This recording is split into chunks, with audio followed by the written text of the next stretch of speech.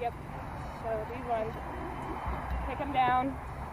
I gotta show this to the other girl.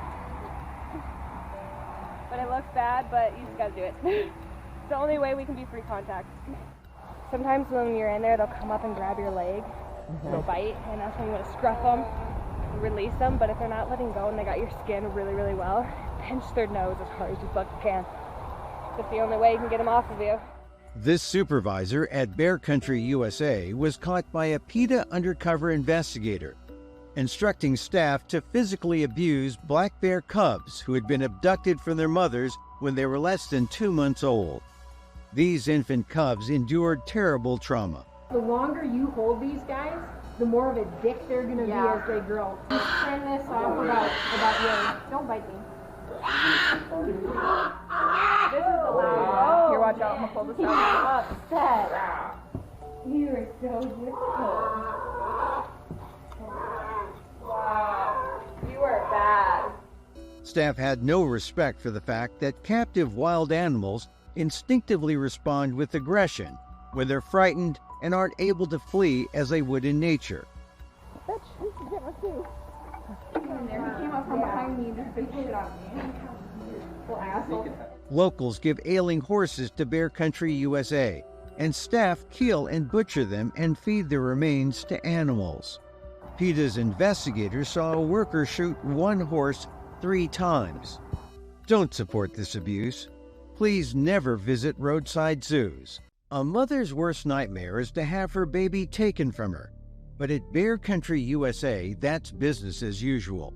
Because as one worker put it, people enjoy the babies more than anything. PETA uncovered how staff traumatized bears and wolves by violently taking newborn cubs and pups from their mothers. But how do you clear out the den? We have a big, huge fiberglass pole. We jam it up in there, wiggle it around. Usually they run out if they're with babies, they don't want to. Sometimes we'll have to take just a bottle rocket. You actually throw them in? Yeah. Wow. Oh yeah. We're sitting at the end of the den with shotguns. Once they get out, if they don't go away, you chase them with a 4-wheeler, you just toss rocks at their butt or whatever. Yeah, I come up to them, grab the babies, drag them out, and then hand them off to somebody on a 4-wheeler, and they run them up to the van. The triplets came from a really pissed off mom. She would not get away from the den. Was carrying all of them. You ran over. They ran in fast. Slammed the door. It's because they get mad when they hear them cry, and those ones were absolutely howling. They were not happy. We take the chains off a couple chainsaws, and we just run them wide open so the mothers can't hear the babies screaming and want to circle around and come back. So they can't hear them whine. So the moms don't really realize. A little bit bad on the morals, stealing children, taking them to a white van, Black bear cubs are deeply bonded with their mothers and spend up to 2 years by their side in nature. But at Bear Country, USA, families are torn apart when the cubs are no more than 8 weeks old. The traumatic separation leaves mothers suffering in agony and heartbreak and causes the babies severe psychological and physical distress, and what they need the most is their mother's comfort and protection.